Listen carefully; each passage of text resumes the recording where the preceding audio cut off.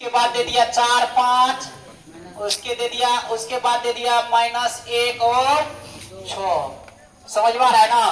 कहेगा यह बिंदु से एक त्रिभुज बन रहा है। क्या बन रहा है? एक त्रिभुज बन रहा है। वह त्रिभुज किस प्रकार का है? वह त्रिभुज किस प्रकार का है? तो अब ये बिंदु मान लेते हैं 2 3 है। इस प्रकार का त्रिभुज बना दिए। ये है 2 3 और ये है आपको 4 और 5। ये है कितना? -1 और 6। कह देगा ये किस प्रकार का त्रिभुज है?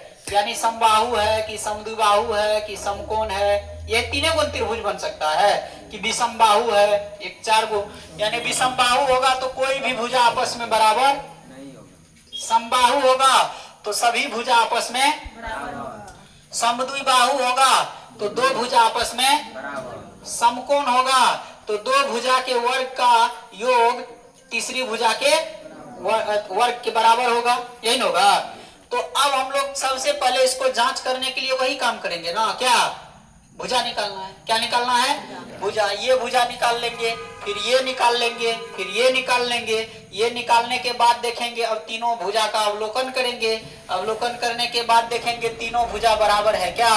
तो बराबर है तो हम कहेंगे समबाहु त्रिभुज है। कौन त्रिभुज है? अब देखेंगे फिर दो भुजा बराबर है, तीसरा भुजा बराबर नहीं है तो हम कहेंगे समबाहु त्रिभुज है। ठीक है। अब उसके बाद फिर हम देखेंगे क्या कि जो है यह जो है कोई भी भुजा आपस में बराबर नहीं है तो कहेंगे विषमबाहु त्रिभुज है। फिर ये देखेंगे कोई दो भुजा को जोड़ने के बाद ये तीसरी भुजा बड़ा हो रही है।